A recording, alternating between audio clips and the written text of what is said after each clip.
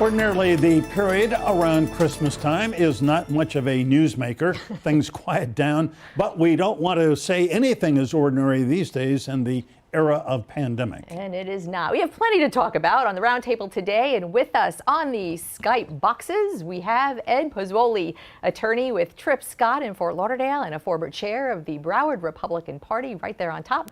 Fernand Amandi heads Ben Dixon Amandi International polling firm in Coconut Grove and is a consultant to Democratic candidates.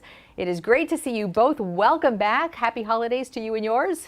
Happy holiday, everybody. Fernand, Ed, and just in the interest of full disclosure, Glenna and I would like to say Ed and his very nice law firm, Tripp Scott, sent a beautiful gift basket, which the entire newsroom has enjoyed, Ed. That was very generous. Except I'm taking the wine. It is the holidays, Michael. We need as much cheer as possible. Thank you. Fernand, let me ask you first, weigh in here.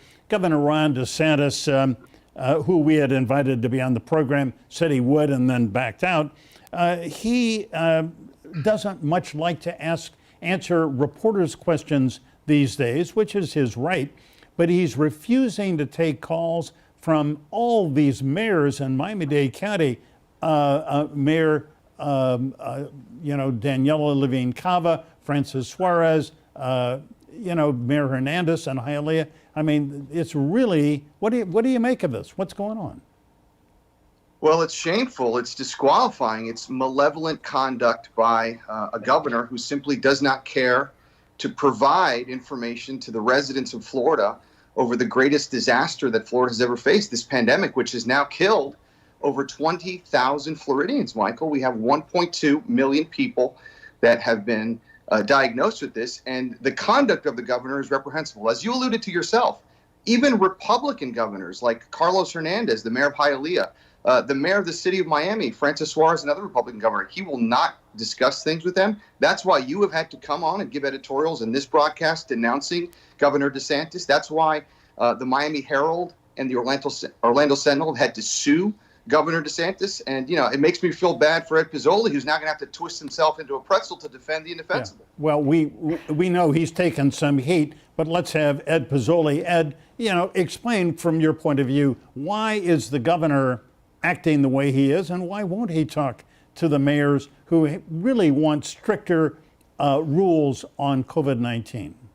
Well, a couple things, Michael. I think it's important to know that Florida has actually fared very well compared to other states that took on a totally different method. If you look at New York, Illinois, California, Florida, the number of deaths, it is a serious thing. I don't want to minimize the impact of COVID.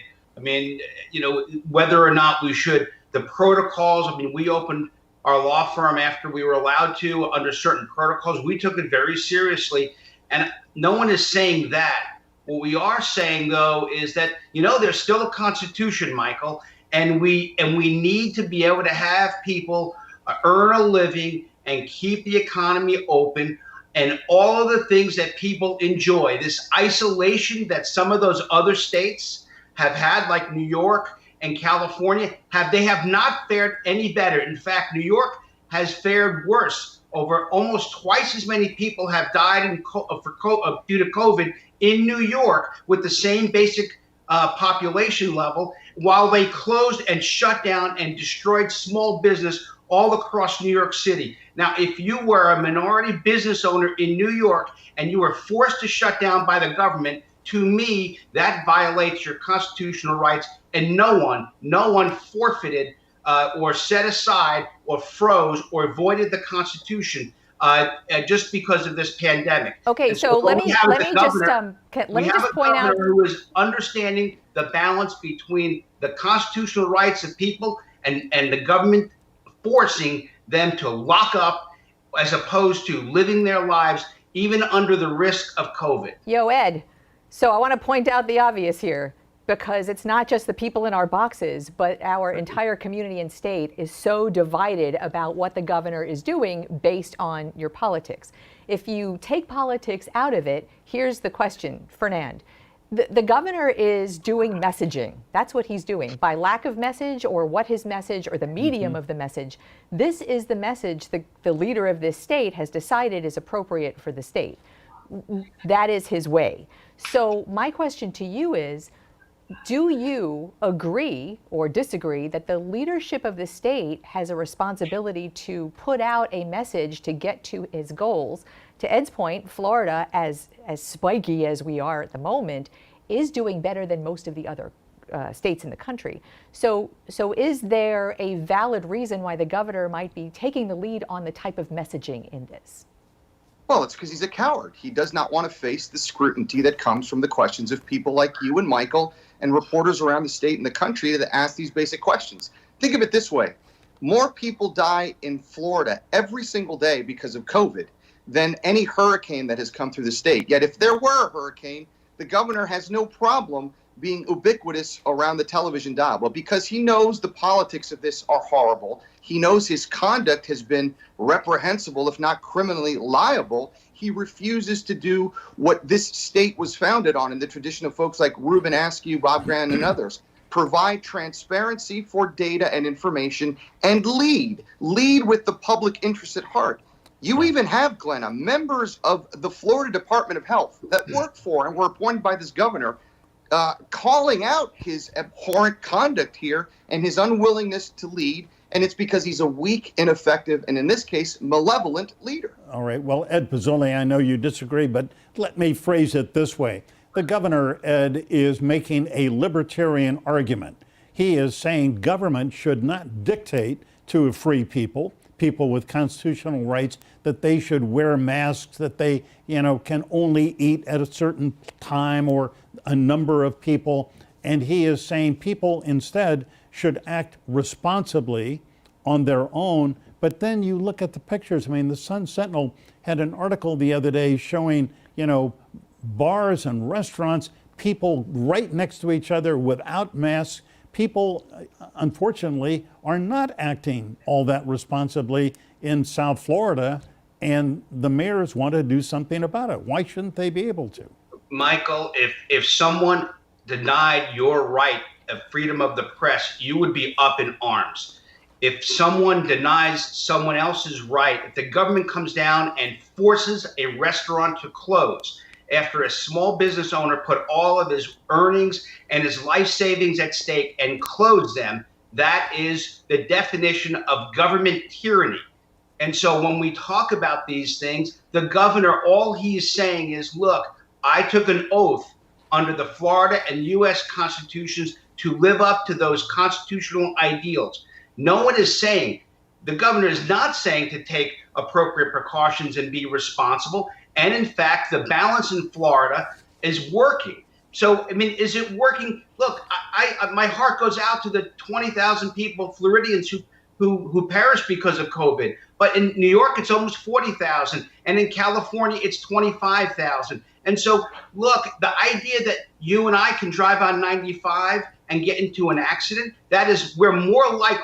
I'm more likely to get into an accident and have a serious injury on 95 than I am to die of COVID at my age. Now, can we take a quick break? We need to take a quick break. It's a TV thing. On those who are most at risk, and that is the elderly. And he was right. The policy was correct. Ed, hold on. We're going to take a break. Ed, sorry. We're going to take a break. We'll be right back. It's tough on Skype. Thank you.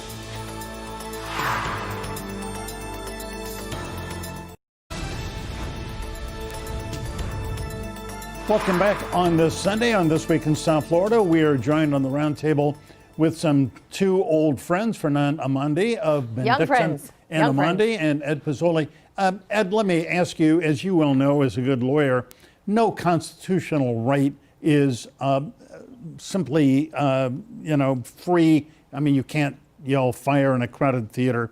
So they're not absolute. Local government, however, when they find a business like the Wharf Restaurant in Miami, Fort Lauderdale, that are not enforcing mask mandates, code enforcement people are closing them for a day or 2 days. That's within their rights, isn't it? I mean, that's not violating anything. That, in fact, is ensuring, good health and good law and order.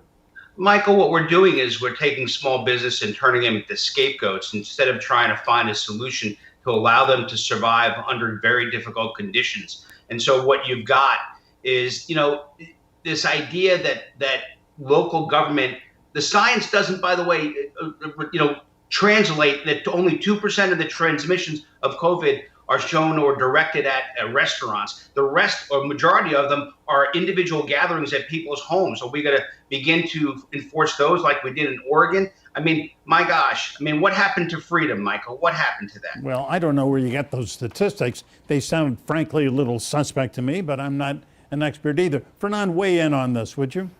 Yeah, I would. I mean, I don't know where the statistics have come from either. I've never heard of Ed's statistics, but I will tell you this. Every country in the world has had to face the problem of COVID, yet the worst problem is here in the United States. In other countries like New Zealand, South Korea, elsewhere, they're back to normal. Those businesses are thriving. What Ed is saying is a false choice. This idea that we're trying to shut down small business, no. This same Florida government that prevents smoking in public restaurants, that doesn't allow you to text and drive, that forces motorcycle drivers to wear helmets for the public good and the common good. That is why we have these elements of what government does to protect people. But Ron DeSantis has shown over and over, he's not interested in protecting people. He is interested in being a sycophant of this president of the United States, Donald Trump, who refuses to accept the gravity of the COVID situation. One last point, the other incoherence of the governor's policy. He shut down the state after much pressure and much delay appropriately in May and in June. And yet now, Michael and Glenna and Ed, the numbers are much worse. The community spread is much worse now, but he refuses to do what other states and other Republican governors are contemplating doing, which is to protect the residents so that we don't have to spend Christmas Eve in our houses this year and hopefully not next year. So where does then, by this government. Where does then the personal responsibility come in? Because that's what the governor is asking for. Where does that piece of the puzzle fit into that? It needs to come in. I mean, it needs to be a significant part of this. But Glenna, the one thing that we haven't spoken about is the isolation that is occurring in New York that is effectively driving 1,000 people to relocate to Florida. The mental health issues, the drug abuse issues, domestic violence issues, the learning losses when schools are closed, particularly for those who are less fortunate. Those are also victims of COVID, and those have to be balanced against the other policy discussions that I guess Ramon would like to see. I actually think Ron DeSantis has shown a great deal of courage, despite the fact of the calls to close down businesses. All right, we're going to, Ed and Fernand, forgive me, we're going to jump in here. We're out of time. Always lovely having you two on. You disagree so eloquently. We like it. Thanks very much, and Merry Christmas. And before we go to break, I just wanted to mention that we had hoped to have Governor DeSantis with us today. We had high hopes that he might. He could not in the end, but hopefully maybe next week, the week after, open invitation.